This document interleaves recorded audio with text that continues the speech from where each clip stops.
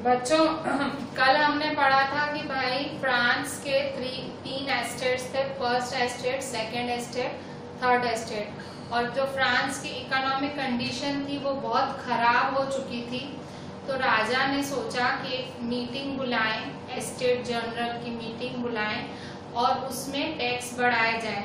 Tax बढ़ाने का मतलब देश में एक ही हिस्सा टैक्स देता था जो कि थर्ड एस्टेट है, मतलब उन पे टैक्स बढ़ाने की मीटिंग बुलाने की सोच रहा था जो राजा था लुइस 16। ठीक है, तो अब वो सोच ही रहा था। अब उस समय फ्रांस की कंडीशन देखो क्या थी। फ्रांस की उस टाइम जो पॉपुलेशन थी वो 23 मिलियन से 28 मिलियन हो गई थी। मतलब फ्रांस की जो जनसंख्या 1715 में फ्रांस की जो आबादी थी वो 23 मिलियन थी, वो बढ़ के 1789 में 28 मिलियन हो गई थी। ठीक है, 28 मिलियन हो गई थी उसकी आबादी।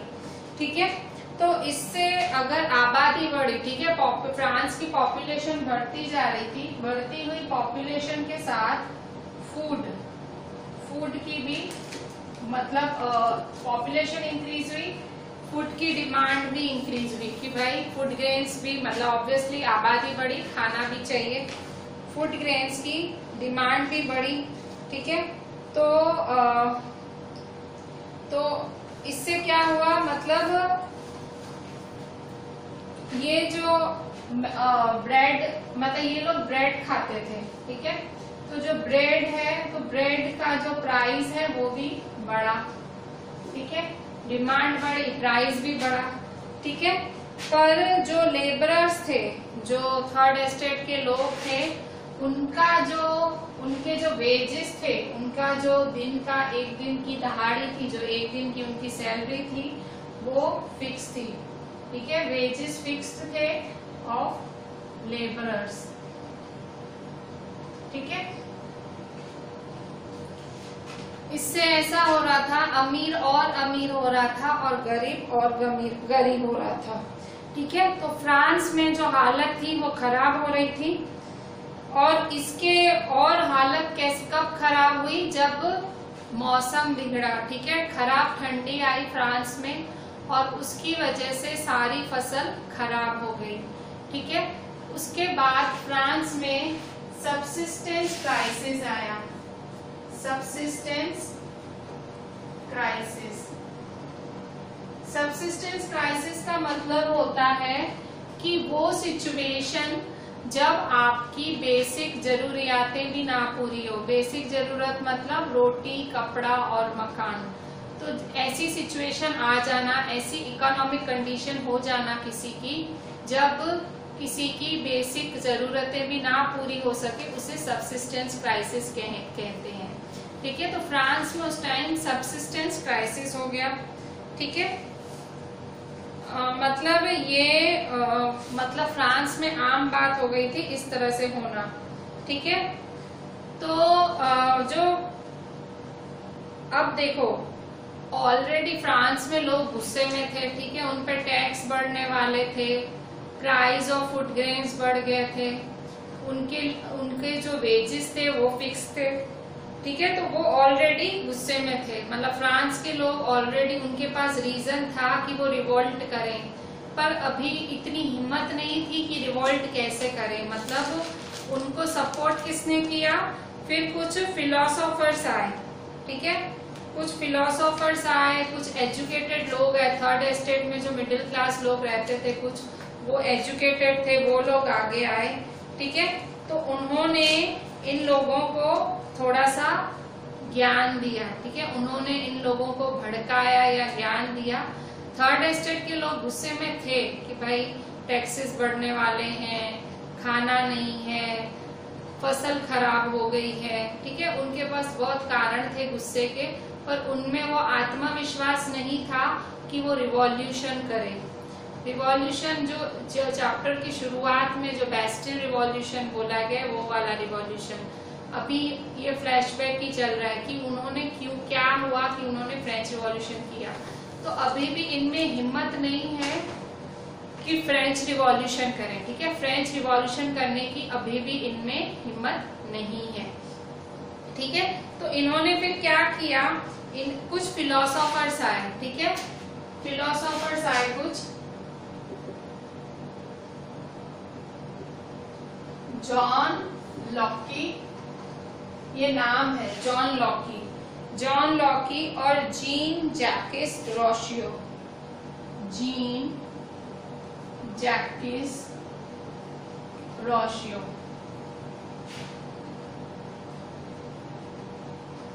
तो ये तो फिलोसोफर्स आए, जॉन लॉकी और जीन जैकिस रोशियो। तो इन्होंने आके इन लोगों को, मतलब कहते हैं इन लोगों ने, इन फिलोसोफर्स ने इन लोगों में क्रांति लाने की कोशिश की, ठीक है।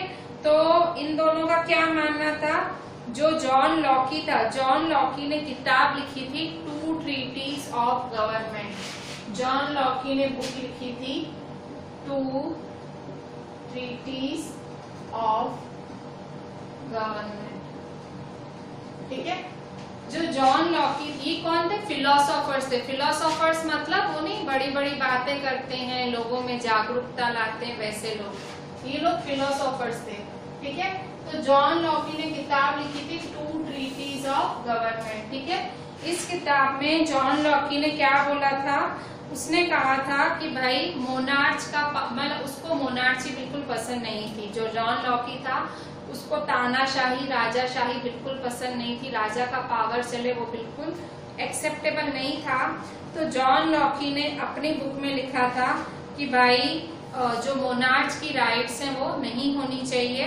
रोशियो ने कहा कि ऐसी गवर्नमेंट होनी चाहिए जहाँ पे लोगों द्वारा सरकार चले, ठीक है। तो इस तरह से उसके विचार थे। और फिर इसके बाद in his two treatises of government Locke sought to refute the doctrine of the divine and absolute right of the monarch. Rousseau carried the idea of proposing a form of government between people and their representative. रोशियो ने भी इसको, रोशियो करके एक और philosopher था, रोशियो, ये रोशियो, ठीक है। तो रोशियो, जीन जैकिस रोशियो, उसने भी इसको इस फिलोसॉफी में सपोर्ट किया, ठीक है। वो जो टू ट्रीटीज ऑफ गवर्नमेंट उसकी बुक थी, जो बात बोल रहा था कि मोनार्ची को हमें एक्सेप्ट नहीं करना चाहिए, लोगों की सरकार चलनी चाहिए, तो रोशियो ने भी उसको सपोर्ट किया, ठीक है। फिर एक और फिलोसोफर आया जिसका नाम था मॉन्टेस्क्यू, ठीक है। एक और फिलोसोफर आया जिसका नाम था मॉन्टेस्क्यू, ठीक है। मॉन्टेस्क्यू ने बोला कि भाई जो गवर्नमेंट है वो 3 हिस्सों में बंटनी चाहिए, लेजिस्लेटिव, एग्जीक्यूटिव और जुडिशरी। लेजिस्लेटिव, एग्जीक्यूटिव और जुडिशरी, ठीक है। गवर्नमेंट 3 हिस्सों में बंटनी चाहिए मॉन्टेस्क्यू के हिसाब से। देखो लेजिस्लेटिव क्या होता है, लेजिस्लेटिव मतलब जो लॉ बनाता है, एग्जीक्यूटिव जो लॉ का पालन कराता है, और जुडिशरी अगर आप कोई नियम कानून तोड़ते हो तो जुडिशरी सजा देता है, ठीक है। तो मॉन्टेस्क्यू ने ये माना था कि भाई 3 तरह की गवर्नमेंट होनी चाहिए, ठीक है। तो इस तरह से ऐसे फिलोसोफर्स आए जिन्होंने लोगों में ये जागरूकता फैलाई। कौन से फिलोसोफर्स आए, सबसे जॉन लॉकी आया, उसने ये बुक लिखी टू ट्रीटीज ऑफ गवर्नमेंट, और उसने कहा कि वे मोनार्ची नहीं चलेगी, ठीक है। उसके रोशियो ने भी इसको समर्थन किया इस बात का कि हाँ भाई सही बोल रहा है, ठीक है। फिर मॉन्टेस्क्यू आया, मॉन्टेस्क्यू ने भी बोला ऐसी गवर्नमेंट होनी चाहिए जिसके 3 फॉर्म हो, लेजिस्लेटिव, एग्जीक्यूटिव और जुडिशरी। इस फॉर्म ऑफ गवर्नमेंट में भी ऐसे भाई लोगों की चले, ठीक है।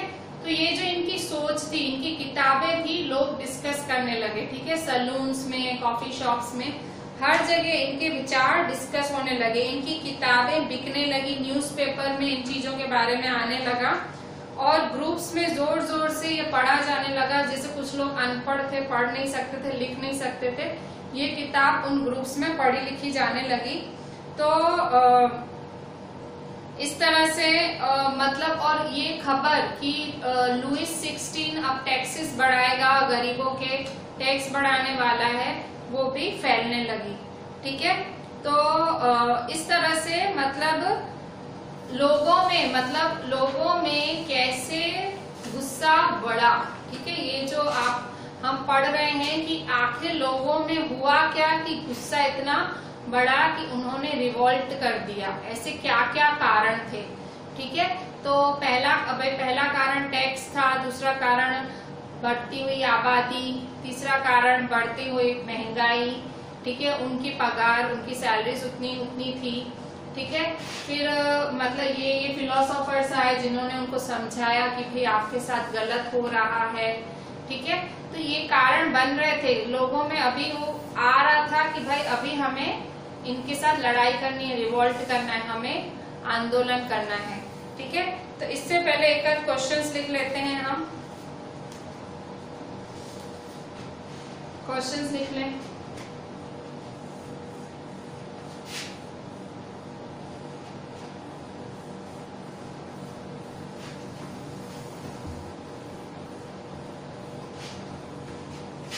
देखिए क्वेश्चन, सबसे पहला क्वेश्चन कि what do you mean by subsistence crisis. ठीक है, what led to subsistence crisis in France. ठीक है, क्वेश्चन लिखे, 4-5 मार्क्स का क्वेश्चन आ सकता है।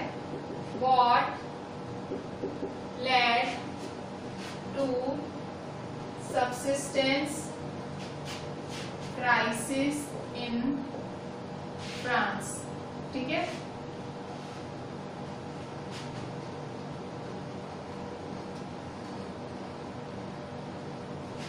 फ्रांस में सबसिस्टेंस क्राइसिस क्यों आया। ठीक है, what led to subsistence crisis in France, page number 5 पे फर्स्ट लाइन। ठीक है, फर्स्ट लाइन लिखेंगे, The population of France rose from about 23 million in 1715 to 28 million in 1789। पहली रीजन ये कि पॉपुलेशन बढ़ गई थी। दूसरी reason, this led to increase in the demand for food grains. ठीक है, तो दूसरी रीजन ये कि फूड ग्रेन्स की डिमांड बढ़ गई। ठीक है, फिर production of grains could not keep pace with the demand. जो मतलब अनाज की डिमांड बढ़ी, उतना अनाज पैदा नहीं हो रहा था। ठीक है, पॉपुलेशन बढ़ी पर इतना ज्यादा अनाज पैदा नहीं हो रहा था, तो इसकी वजह से ब्रेड के प्राइस बढ़ गए। ठीक है, पहला पॉपुलेशन बढ़ी, पहला कारण पॉपुलेशन बढ़ी। दूसरा कारण फूड ग्रेन्स की डिमांड बढ़ी।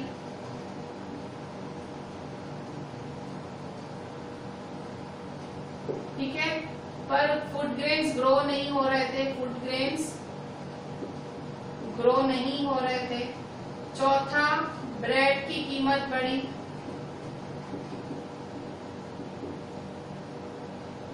ठीक है, पांचवा, those owner fixed their wages. ठीक है, उनके जो वेजेस थे वो फिक्स थे। ठीक है, wages of laborers were fixed, मतलब वो भी नहीं बढ़े। ठीक है, और जो अमीर और गरीब के बीच में गैप था, ठीक है, रिच और पुअर के बीच में जो गैप था वो बढ़ता जा रहा था।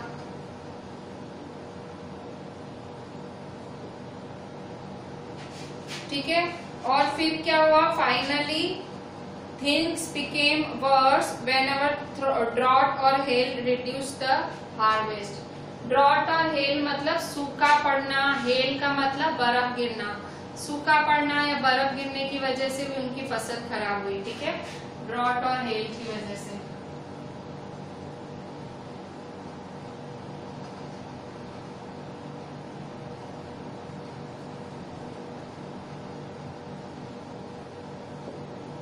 ठीक है, तो इसकी वजह से सबसिस्टेंस क्राइसिस आया। तो सबसिस्टेंस क्राइसिस के कितने कारण हुए, 1 2 3 4 5 6 कारण, 7 कारण। पहला कारण पॉपुलेशन इंक्रीज, ठीक है, पॉपुलेशन बढ़ गई फ्रांस में। दूसरा कारण demand for food grains increase, population बढ़ी तो लोगों ने फूड ग्रेन्स की डिमांड भी बढ़ी, लोग बढ़ेंगे भाई खाएंगे भी तो सही। तीसरा food grains decrease, production decrease हो गया, मतलब उगना उतना नहीं हो रहा था, प्रोडक्शन, ठीक है, production of food grains decrease, ठीक है, प्रोडक्शन ऑफ फूड ग्रेन्स कम हो गया। फिर ब्रेड प्राइस रोज हाई, ठीक है, जो प्राइस ऑफ ब्रेड था वो बढ़ गया, ठीक है, हमारे यहाँ जैसे रोटी है वहां पे ब्रेड थी, ब्रेड का प्राइस बढ़ गया। फिर wages of labourers were fixed, ठीक है, वहां के जो लेबरर थे उनके वेजेस फिक्स थे तो वो नहीं बढ़े, ठीक है। Rich and poor gap widened, ठीक है, अमीर अमीर हो रहा था, गरीब गरीब हो रहा था और ज्यादा। और लास्ट ड्रॉट और हेल अफेक्ट हार्वेस्ट, उसके बाद सूखा और फिर कभी आंधी आए या कुछ, इससे इनकी फसल बर्बाद हो गई। तो this led to subsistence crisis, this led to subsistence crisis in France, ठीक है, इससे इनके फ्रांस में जो इस तरह से मतलब सबसिस्टेंस क्राइसिस मतलब लोगों के पास खाने के लिए खाना तक नहीं था, तो ऐसी प्रॉब्लम आ गई फ्रांस में, ठीक है, मतलब लोगों में तकलीफें थी। ये जब रिवॉल्यूशन क्यों हुआ, ये सब कारण तैयार हो रहे हैं कि क्यों रिवॉल्यूशन आखिर क्यों हुआ, लोगों में कहाँ से ऐसी ताकत आई कि रिवॉल्यूशन करें। तो इतने परेशान हो रहे थे लोग कि उनमें ऑटोमेटिक ये ताकत आ रही थी। अब यहाँ देखें, उसके बाद फिलोसोफर्स के बारे में अभी पढ़ेंगे, ठीक है, फिलोसोफर्स के बारे में, ठीक है।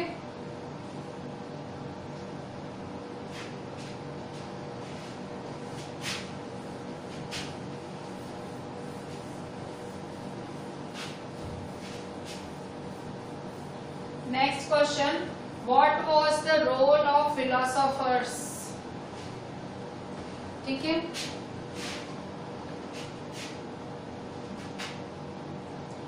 What was the role of philosophers in France, ठीक है।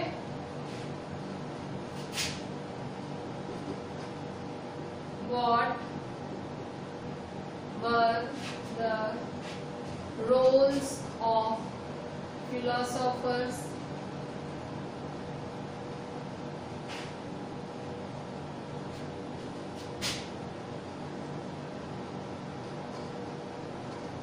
what was the role of philosophers in French Revolution, ठीक है, फ्रेंच रिवॉल्यूशन में फिलोसोफर्स का क्या रोल था, ठीक है। तो पहले तो फिलोसोफर्स थे कौन कौन, उनके बारे में लिखेंगे पेज नंबर 6 पे।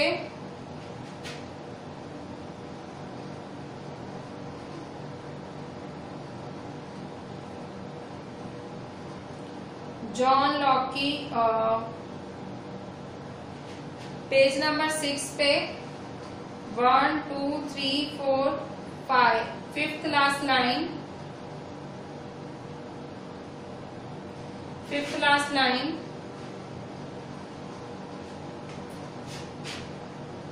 the ideas of a society, the ideas of a society based on freedom, based on freedom and equal laws, and equal laws and opportunities for all,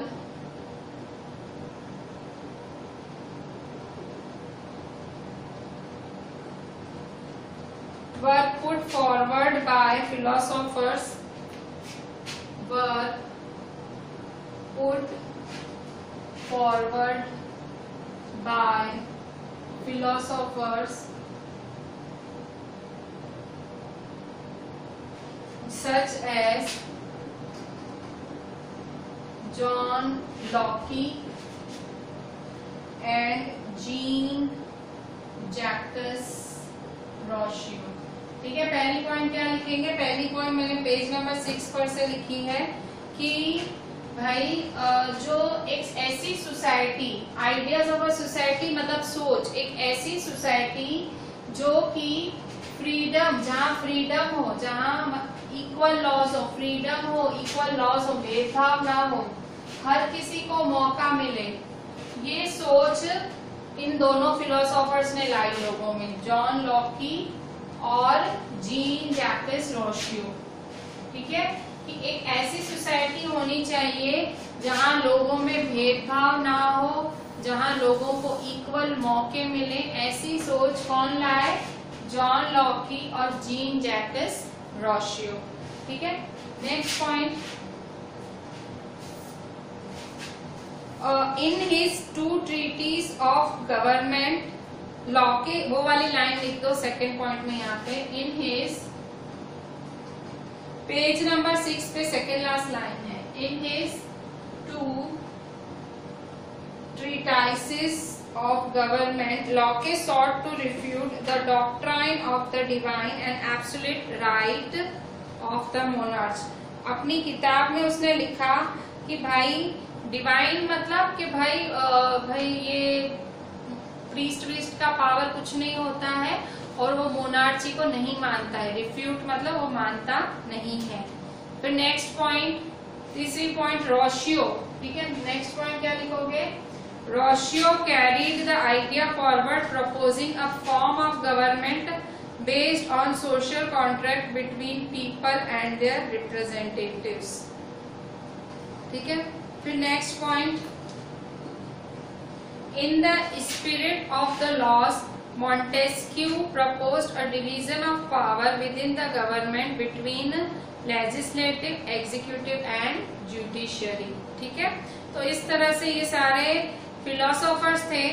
फिर नेक्स्ट पैराग्राफ में लिखो, नेक्स्ट पैराग्राफ की point, the ideas of these philosophers were discussed intensively in salons and coffee houses and spread among people through books and newspapers. ठीक है, तो लोगों तक ये बातें पहुंच रही थी। ठीक है, आपको क्या करना है, इन सारे फिलोसोफर्स की, तीनों फिलोसोफर्स की सोच लिखनी है और लास्ट में लिखना है कि लोगों तक ये सारी बातें पहुंच रही थी। ठीक है, सो इट वाज, मतलब इस तरह से इन्होंने लोगों के बीच वो भावना फैलाई, उनको कहते हैं ना, उनमें एक भावना फैलाई, एक भड़काया, लोगों में जो एक गुस्सा जगाया। ठीक है, गुस्सा था उसको बाहर निकाला। ठीक है, इन तीनों फिलोसोफर्स ने।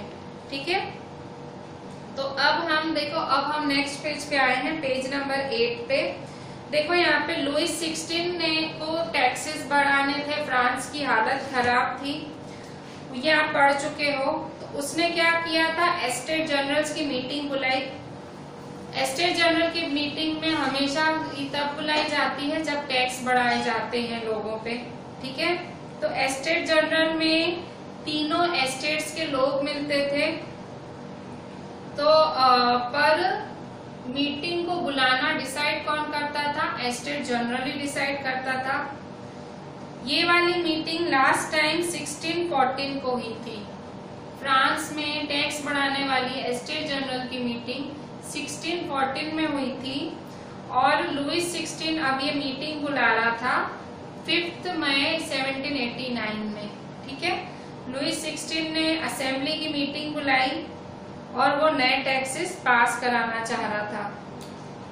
ये वाली मीटिंग वर्सेल्स के हॉल में रखी गई। इस मीटिंग में 300 फर्स्ट एस्टेट के लोग आए, 300 सेकेंड एस्टेट के लोग आए और 600 थर्ड एस्टेट के लोग आए।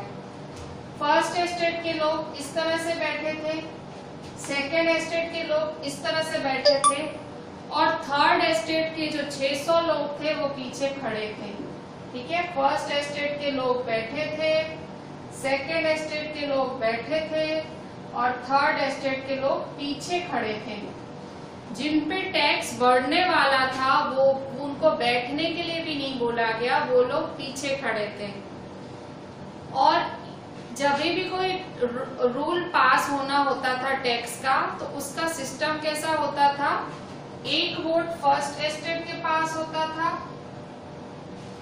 एक वोट सेकेंड एस्टेट के पास होता था और एक वोट थर्ड एस्टेट के पास होता था।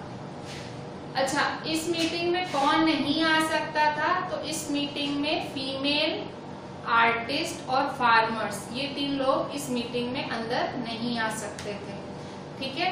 अच्छा, जब भी कोई रूल पास कराना होता था या टैक्स बढ़ाना होता था तो वोटिंग कैसे होती थी? फर्स्ट एस्टेट एक वोट डालेगा, सेकेंड एस्टेट एक वोट डालेगा, थर्ड एस्टेट एक वोट डालेगा, और अगर 2 वोट हुए तो वो रूल पास हो जाता था। अभी मीटिंग क्यों हुई थी? थर्ड एस्टेट पे टैक्स बढ़ाने की मीटिंग थी। अब थर्ड एस्टेट वालों को खबर था कि फर्स्ट और सेकेंड एस्टेट वाले तो वोट डालेंगे ही डालेंगे, क्योंकि टैक्स तो थर्ड एस्टेट पे पड़ना है। तो थर्ड एस्टेट वाले डरे हुए थे कि और टैक्स कैसे देंगे, ऑलरेडी टिथीस, टेल्स, बहुत सारे टैक्स वो दे ही रहे थे। तो थर्ड एस्टेट वालों ने अपोज किया। उन्होंने क्या बोला? उन्होंने कहा 1 पर्सन 1 वोट हो। उन्होंने कहा कि 1 एस्टेट 1 वोट नहीं हो, 1 एस्टेट 1 वोट नहीं चलेगा, 1 पर्सन 1 वोट होना चाहिए, 1 पर्सन 1 वोट। ठीक है, एक जना एक वोट दे, वैसा हो इस मीटिंग में। इस चीज से जो लुइस 16 था वो गुस्सा हो गया। उसने कहा नहीं, उसने बिल्कुल घस के मना कर दिया, 1 पर्सन 1 वोट नहीं होगा। पर थर्ड एस्टेट वाले अड़े रहे। उन्होंने कहा टैक्स हम पे बढ़ने वाला है तो भाई एक एक जने से आपको पूछना पड़ेगा। 600 लोग थर्ड एस्टेट के थे, 300 फर्स्ट एस्टेट के थे, 300 सेकेंड एस्टेट के थे। तो भी लुइस 16 नहीं माना कि नहीं, 1 पर्सन 1 वोट नहीं होगा, जो रूल है वही रूल है। गुस्से में जो ये 600 लोग थे थर्ड एस्टेट के, वो लोग ये जो वर्सेल्स का हॉल है जहाँ मीटिंग थी एस्टेट जनरल्स की, वो हॉल छोड़ के बाहर चले गए अपना गुस्सा दिखाने के लिए। और सारे जाके कहाँ इकट्ठे हुए? सारे वो हॉल छोड़ के निकल गए। और वो कहाँ जाके सारे इकट्ठे हुए? वो लोग जाके बाहर, वहाँ बाहर वो नेशनल असेंबली, वहाँ पे टेनिस कोर्ट था, वहाँ जाके इकट्ठे हुए। ठीक है, 20 जून को एक इंडोर टेनिस कोर्ट था वर्सेल्स में, एक इंडोर टेनिस कोर्ट था। ये सारे लोग वहां जाके इकट्ठे हुए और इन्होंने कहा हम हमारी नेशनल असेंबली बनाएंगे। नेशनल असेंबली मतलब अब हम लोग रूल लिखेंगे, हम लोग रूल बनाएंगे फ्रांस के लिए। ठीक है, कि हम लोग मेजॉरिटी में हैं, हम लोग रूल बनाएंगे। अब देखो इनमें पता नहीं कहाँ से ऐसी ताकत आई। राजा तो वो थे नहीं, उनके पास कोई भी पावर नहीं थी। उनमें खाली इतनी हिम्मत आई थी, वो मीटिंग आधी छोड़ के चले गए थे। अब इन लोगों में और ज्यादा उत्साह बढ़ा, और भी फिलोसोफर्स आगे आए। रोशियो ने किताब लिखी थी सोशल कॉन्ट्रैक्ट, उसमें उसने लिखा था भाई डेमोक्रेसी होनी चाहिए। ठीक है भाई, रोशियो ने बुक लिखी थी सोशल कॉन्ट्रैक्ट, उसने कहा था कि भाई डेमोक्रेसी होनी चाहिए। तो 20 जून को ये सारे लोग, थर्ड एस्टेट के सारे लोग कहाँ इकट्ठे हुए? ये लोग इंडोर टेनिस कोर्ट वर्सेल्स के एक ग्राउंड में इकट्ठे हुए, वर्सेल्स के एक इंडोर टेनिस कोर्ट में इकट्ठे हुए। और उन्होंने कहा कि हम लोग नेशनल असेंबली हैं, मतलब उन्होंने अपने आप को पावर बता दिया कि हम पावर हैं। और कि उन्होंने कहा कि जब तक हम फ्रांस का पावर लिख नहीं देंगे, ऐसा पावर लिखेंगे कि जो मोनार्च है हम उसका पावर लिमिट कर देंगे। मोनार्च मतलब लुइस 16 के पावर कम कर देंगे, हम फ्रांस को डेमोक्रेसी बनाएंगे। उन्होंने खुद को नेशनल असेंबली घोषित कर लिया। उनको लीड कौन कर रहा था? उनको इतनी हिम्मत कौन दे रहा था? उस टाइम उनका लीडर कौन था? तो उनके जो लीडर थे वो थे मीराबियू और अबेसियस। ठीक है, उनके जो लीडर्स थे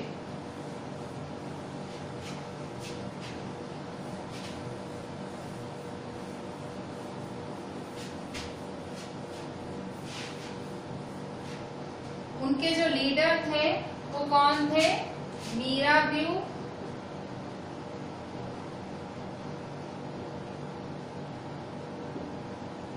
और अबेसियस, ठीक है। इनके ये दो लीडर थे, मीराबियो और अबेसियस।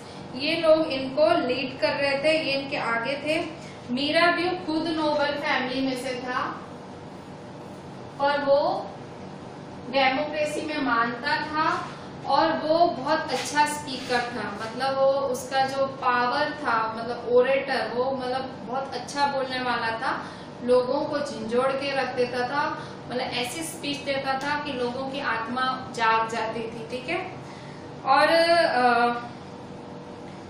इस तरह से मतलब उसने वर्सेस में जो लोग इकट्ठे हुए थे टेनिस कोर्ट में नेशनल असेंबली बनाने के लिए उसने मतलब बहुत तगड़ा स्पीच दिया उन लोगों को, ठीक है। और अबेसियस कौन था? अबेसियस एक प्रीस्ट था और उसने किताब लिखी थी, उसने बुक लिखी थी। उसका नाम क्या था? बुक का नाम था what is the third estate, ठीक है। उसने किताब लिखी थी what is the third estate, ठीक है। उसने उसमें थर्ड एस्टेट की दुखों के बारे में लिखा था, ठीक है। तो मतलब इन लोगों के लीडर ये दो थे। तो नेशनल असेंबली वर्सेल्स में कॉन्स्टिट्यूशन बना रही थी फ्रांस का। फ्रांस में अब क्या होगा वो कॉन्स्टिट्यूशन बना रही थी। और वहां देखो उसी टाइम जब फ्रांस का कॉन्स्टिट्यूशन बन रहा था फ्रांस की हालत और खराब हो रही थी। कैसे? उस टाइम फसल बर्बाद हो गई थी, विंटर खराब होने की वजह से फसल और बर्बाद हो गई थी और उनके जो ब्रेड के प्राइस थे वो बढ़ते जा रहे थे। और जो बेकर्स थे, बेकर्स मतलब जो केक वाले, ये जो बेकरी वाले थे, जो ब्रेड बनाने वाले थे, वो लूट रहे थे लोगों को ज्यादा पैसे लेके, ठीक है। और मतलब औरतों को, मतलब औरतों की भीड़ जमा हो जाती थी। वो लोग क्या करते थे, औरतों मतलब ब्रेड होल्ड करते थे, HOARD, ब्रेड होल्ड, मतलब वो कहते ना काला बाजारी कर रहे थे। जैसे अभी भी ऐसे ही हुआ ना, लॉकडाउन में काला बाजारी नहीं चल गई थी, तो ऐसे इकट्ठे कर रहे, मतलब औरतों को गुस्सा आ गया, औरतों ने बेकर की शॉप ही लूट ली गुस्से में, ठीक है। तो उसी टाइम जो राजा था, राजा ने मतलब सेना को आदेश दिया, क्योंकि लोग गुस्से में थे, लूट मार मचा रहे थे, भाई शॉप वगैरह लूट रहे थे बेकर्स की। तो राजा ने पेरिस में जाने के लिए बोला अपने सारे फौजियों को। तो 14 जुलाई को जो गुस्से वाले लोग थे उन्होंने उस टाइम बेस्टाइल का किला तोड़ा, ठीक है। तो मतलब इस तरह से मतलब सारी बातें बता रहे हैं रिवॉल्यूशन हुआ कैसे। अब फाइनली मतलब एक जगह फ्रांस का कॉन्स्टिट्यूशन लिखा जा रहा था, ठीक है। यहाँ नेशनल असेंबली बनी, ठीक है, वर्सेल्स के टेनिस कोर्ट में।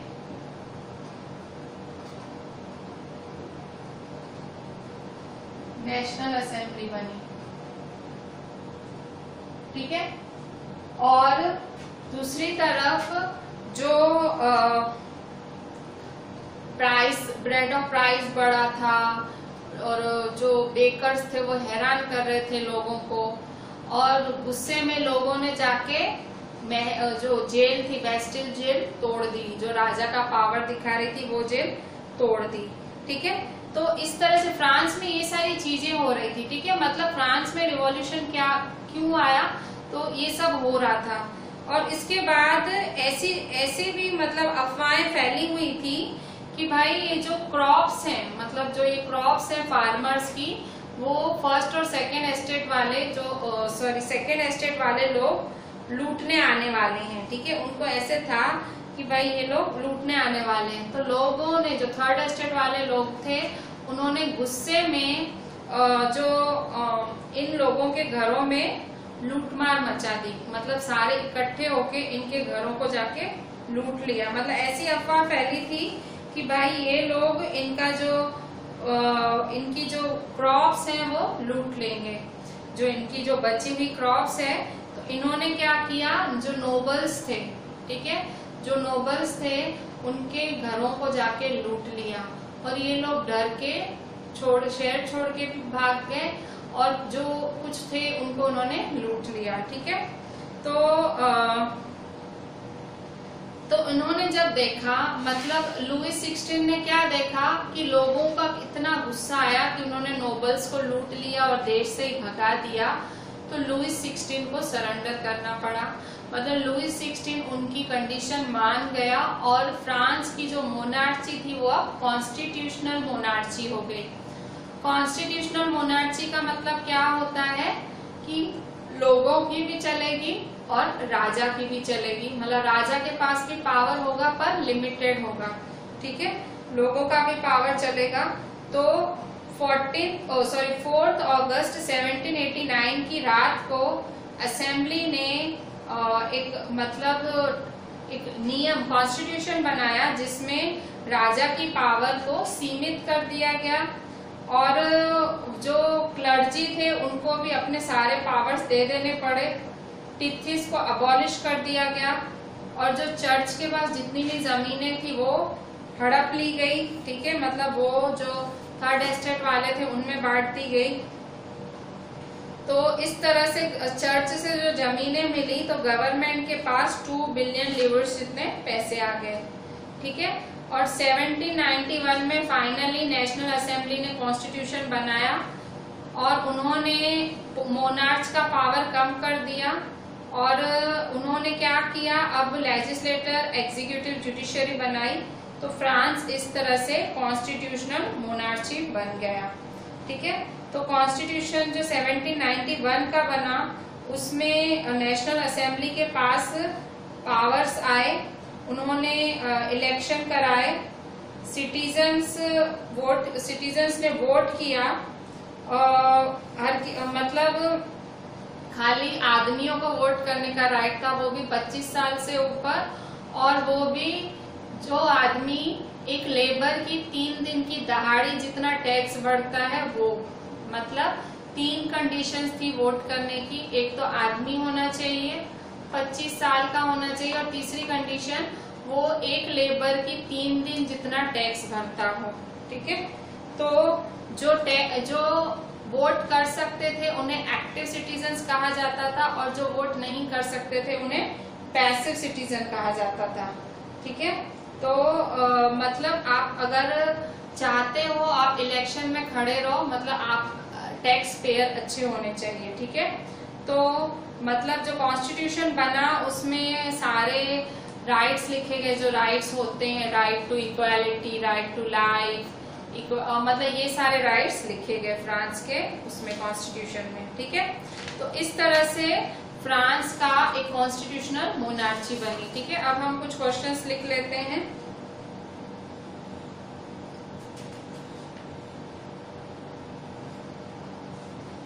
नेक्स्ट क्वेश्चन लिखें,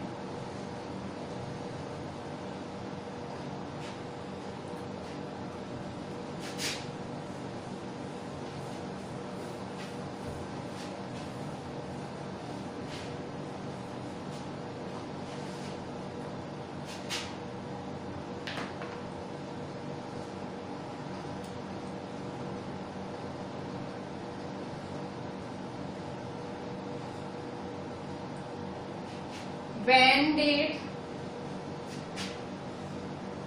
why and when did Louis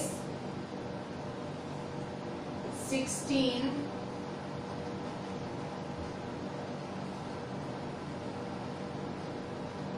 called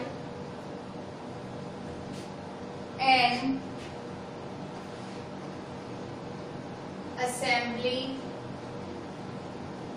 of the Estates General। ठीक है, लुई 16 ने कब और क्यों मीटिंग बुलाई, एस्टेट जनरल की मीटिंग कब और क्यों बुलाई?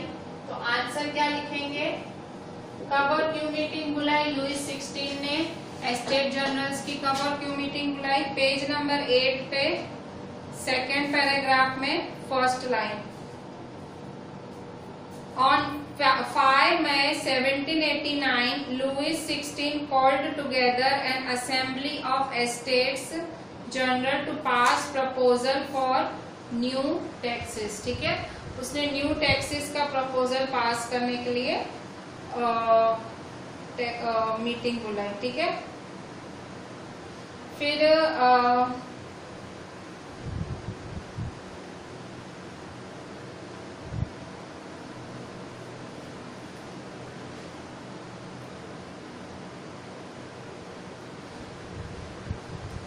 who wrote, next question, who wrote the social contract? ठीक है, सोशल कॉन्ट्रैक्ट किताब किसने लिखी थी? तो who wrote social contract, ये किताब किसने लिखी थी? तो रोशियो ने लिखी थी। किसने लिखी थी? रोशियो ने। Next question,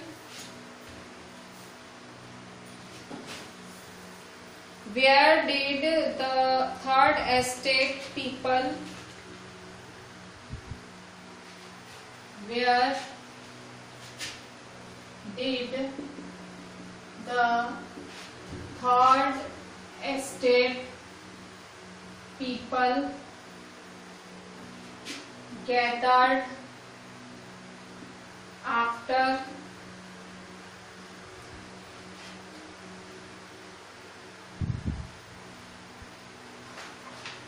leaving national,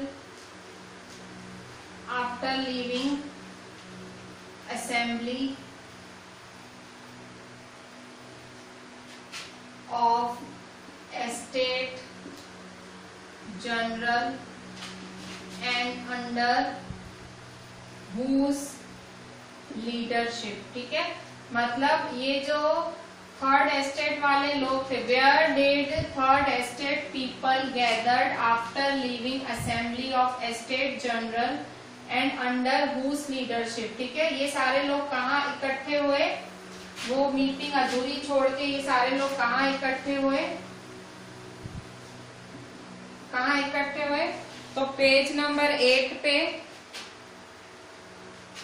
last paragraph में second line, on 20 June they assembled, they की जगह third estate people, on 20 June they assembled in the hall of an indoor tennis court in the ground of Versailles, they declared themselves a national assembly and swore not to disperse till they had drafted a constitution for France that would limit the powers of the monarch. They were led by Mirabeau and Abbe Sieyès। ठीक है, इतना लिखोगे page number 8 पे second line से fourth last line तक। ठीक है, फिर next question,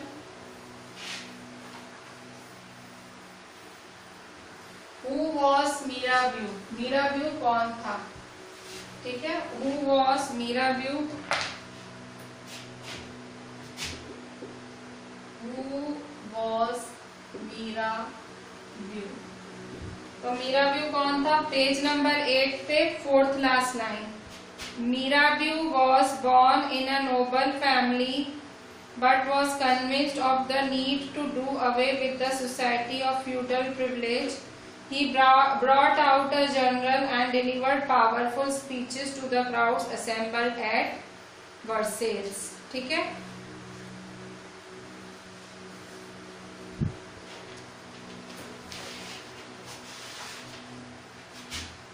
question, who was अबे सियस? ठीक है, अबे सियस कौन था?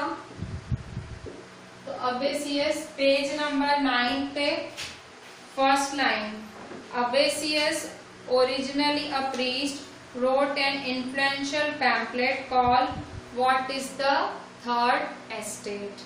ठीक है, ये सारे बुक्स के नाम और उनके राइटर्स के नाम याद करना, एक एक मार्क में आते हैं सारे। ठीक है, फिर next point,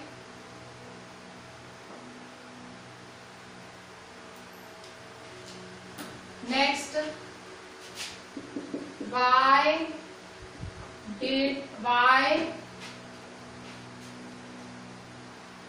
did crowd storm Bastille. ठीक है, जो लोग थे उन्होंने बेस्टाइल के किले को स्टॉर्म क्यों किया, मतलब तोड़ने या उसको तहस नहस करने क्यों पहुंचे। तो रीजन पेज नंबर 9 पे first line, sorry page number 9 पे second line. A severe winter had meant a bad harvest, पहली पॉइंट ये। दूसरी point the price of bread rose. तीसरी point often bakers exploited the situation and hoarded supplies. चौथी point after spending hours in long queues at bakery crowds of angry women stormed into shops, उन्होंने shops लूट ली। पांचवी time at the same time the king ordered troops to move into Paris, राजा ने soldiers को बोला भाई जाओ लोगों पे हमला करो। पांचवी point on 14th July the एक्यूरेटेड crowd stormed and destroyed the Bastille. ठीक है, आखिर लोगों ने गुस्सा किया बेस्टाइल पे आके, मतलब बेस्टाइल आके तोड़ दिया। ठीक है, नेक्स्ट क्वेश्चन लिखो।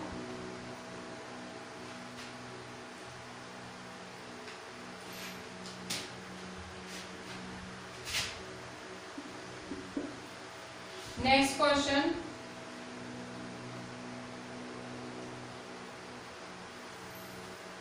when did constitutional monarchy was accepted in France। ठीक है, कॉन्स्टिट्यूशनल मोनार्ची मतलब राजा के पावर के साथ लोगों का पावर भी कब आया। ठीक है, कब आया तो लिखेंगे पेज नंबर 9 पे on 4th August 1789, on 4th August 1789। ठीक है, नेक्स्ट क्वेश्चन पेज 10 पे,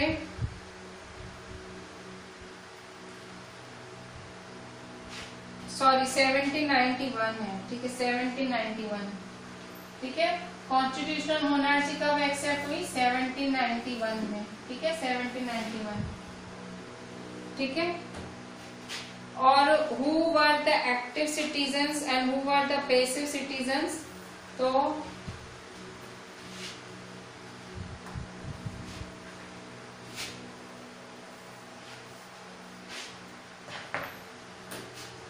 next question, who were the active citizens। ठीक है, एक्टिव सिटीजन्स कौन होते थे, तो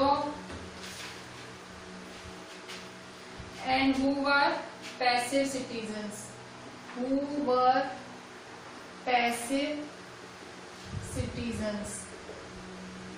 ठीक है, आंसर